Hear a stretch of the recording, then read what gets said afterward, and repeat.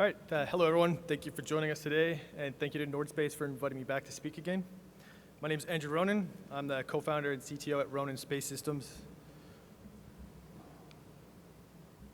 We're a Vancouver-based startup. Our primary focus is on developing robotic systems to explore the moon and Mars, but we also offer consulting and design services into the launch industry, which is what I'm here to speak to you about today. I'm going to share some lessons that I learned during the early days at Rocket Lab, where I got probably the world's best crash course in how to build launch infrastructure efficiently and quickly. During my time there, I built one launch pad in the United States, a second launch pad in New Zealand, and a propulsion test facility in New Zealand. And I launched a lot of rockets. So it won't be long before we see commercial launch vehicles on a pad here in Canada, which will be a tremendous milestone and exciting. But if we want to build a sovereign, sustainable, and competitive industry on the global scale, on the global market, there's some things that we need to do now to prepare ourselves for what will come next. I see more familiar faces this year. Speaking of Canadians coming home, how many ex-Rocket Lab alumni do we have here today? I recognize some more people than last year. So the numbers are growing. I joined Rocket Lab in their early days, the week of their first commercial launch, which was aptly named It's Business Time. When I left the company 3 years later, we were launching every other month, and we had 3 launch pads spread across 2 continents. We were stealing work from SpaceX, so it was a time of rapid growth and success at the company.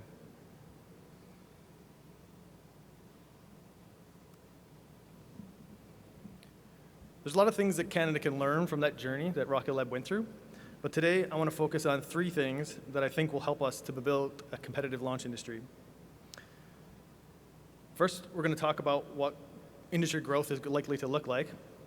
We'll talk about how we can build a competitive customer experience. And we'll talk about how to manage failure. So first, even though we're building a new industry, we don't need to start from scratch. We can look to Canadian strengths and play to them. Just 7 years after Rocket Lab's first launch, the New Zealand space industry employed 17,000 people. Where did Rocket Lab find all those people in such a short period of time? Well, they looked to New Zealand's already strong industries, and they played to them. They pulled from their oil and gas industry and the dairy industry to build launch infrastructure and launch pads. Aircraft manufacturing, auto sports, and boat builders moved to the launch vehicle. They looked to complementary industries, and they played to those strengths. It's no coincidence that the year before Electron development kicked off, New Zealand's carbon fiber yacht won the America's Cup. And then Electron was a nearly entirely carbon fiber launch vehicle. So what complementary industries exist in Canada? We have a strong oil and gas sector in Newfoundland and Alberta, which means to supply valves, instruments, piping. Ontario's automotive industry can provide valuable mass production experience and tooling. We also have aircraft and aluminum production in Quebec. My challenge to Raul in the launch industry this year is to design local. If you engage in your local industry early in the design process, not after, we can more quickly develop our supply chains and build talent pools. We can also replicate Rocket Lab's success here in Canada by implementing cross-training programs to our existing high-skilled workforces. A space boot camp for industry.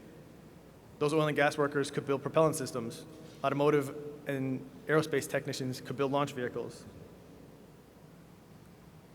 Most businesses don't even realize that they have a part to play in the space economy. It's an intimidating industry. But launch is not all rocket science. You'd be surprised how many commercial off-the-shelf products just work in space. But both sides need to engage. Launch operators and government need to reach into industry, and manufacturers and service providers need to raise their hands. Second, we need to build a competitive customer experience. To be competitive, we need to be cost-effective and launch vehicles quickly, but there's more to a customer's decision process than just costs and timelines. You can't launch to orbit if you can't get your spacecraft and your launch operators to the spaceport. Customs, immigration, control goods, and hardware regulations can introduce barriers Let's take this hypothetical spacecraft as an example. Let's say it has hydrogen fuel on board and uses industry-standard flared tube fittings. In Canada, it's illegal to use hydrogen gas systems with flared tube fittings. So this Canadian launch customer would need to obtain a Canadian registration number or a waiver. And in Ontario, it can take 96 days to obtain a CRN. Waivers can take years. How did New Zealand tackle this complex regulatory framework? Well, they adopted ISO standards, which gave them access to large supplier chains and SME pools in Europe. They also have a system that allows them to delegate inspection and review processes to third parties, which takes a large workload off the government and means they don't need to have in-house SMEs, which in niche industries like this can be challenging. Canada can also create a competitive advantage by accepting these international standards. It's unlikely Canada would adopt ISO, but we could accept things that were certified to that to come into the country, make things easier for Canadian launch customers. Next customer pain point, things break. Sometimes that's a part, sometimes it's your processes. Let's say this foreign customer has successfully shipped their launch vehicle to a Canadian spaceport, and despite all the attention to ICDs and quality control, we have a mismatch that's detected during integrated system testing. They need an adapter, they need it quickly, or launch is likely to be delayed. If I was in New Zealand, I could send drawings to every manufacturer in the country and have a part in my hand the next morning. In Canada, that would probably be a crime. New Zealand doesn't have a domestic controlled goods program, only for import and export. Here in Canada, anyone that handled those drawings or the parts would likely need to be registered under a controlled goods program. To become registered, after you've implemented all of the required processes, it takes 6 to 10 weeks to get certified, which doesn't help us move quickly. Canada is unlikely to relax its controlled goods program, but there are things that we can do to make things easier for launch operators and their customers. Something as simple as improving our search database to add filters for capability or geographic location will make it easier for us to find already approved vendors. Additional resourcing on the government side to help eliminate processing bottlenecks would also help. And providing campaigns to help grow the pool of registered companies in launch area hubs. So I know these pain points from helping Rocket Lab customers solve them, but this is just a small snapshot. Canada has many launch operators, or spacecraft operators, many in the room with us here today, that will have their own horror stories and painful lessons learned. So it's important for us as an industry to engage them and learn what potential competitive advantages Canada can implement now. Third point, one that we've talked about a lot today, is managing failure. So Rocket Lab has been a very successful company, but not flawless. Failure is part of the launch industry, particularly for brand new launch vehicles. It's something around 50% likely that you'll fail on your first launch attempt. That means we as an industry need to be prepared for that failure and put in place plans and tools to minimize the impact. The first step is for us to talk about what launch failure looks like. When I say launch failure, this is what most people picture. The reality is most launch failures don't occur as a random unplanned disassembly at the launch site. This is what most of Rocket Lab's launch failures have looked like. A second stage engine getting cold instead of glowing red hot. In many ways, this is a worse situation than a RUD at the launch site because you don't get any parts back. It makes the investigation much harder. You have to rely on small snippets of telemetry to piece together a complex problem. This can push out the mishap investigation process and your return to flight.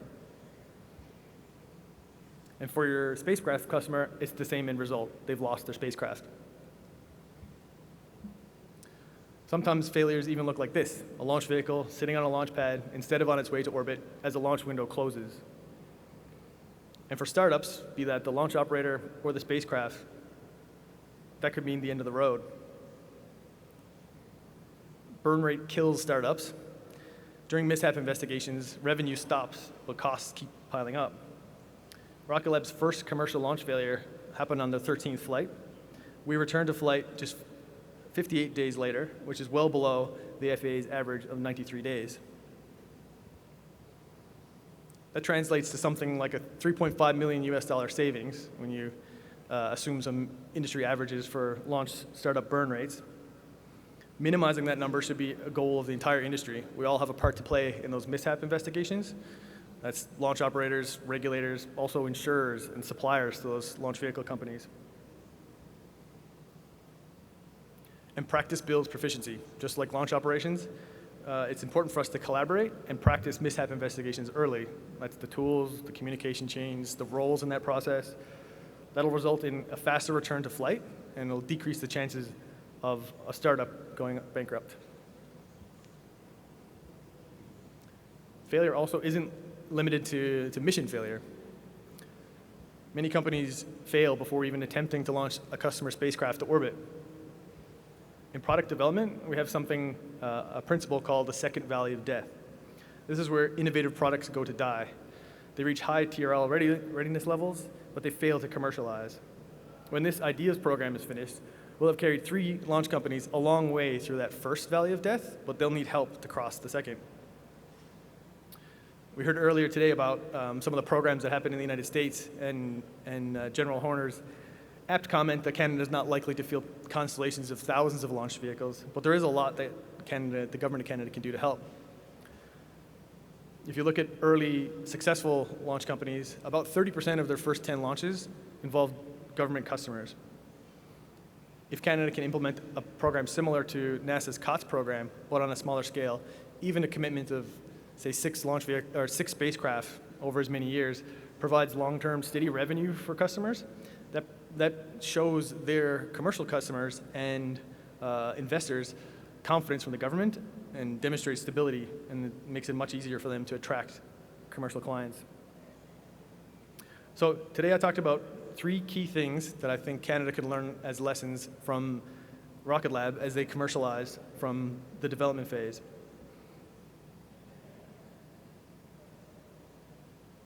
We talked about how we can drive industry growth by playing to Canada's existing industrial strengths, how we can create a competitive customer experience by adopting international standards and streamlining our controlled goods program. And we talked about preparing for failure by communicating and practicing early, and then continuing the honestly incredible government support that we've had over the last year by committing to multi-launch programs. These are just a few of the lessons that I learned during that time in New Zealand. I could talk probably for the whole day on the things that happened down there. I'd love to share those with everyone in the room to help Canada succeed and build a competitive launch industry. You can connect with me by, well, come find me today, or scan the QR code on the screen. We'll take you to my LinkedIn profile. And I think if we do those things, we will build a sovereign launch industry that will be here for years to come and be competitive internationally. Thank you.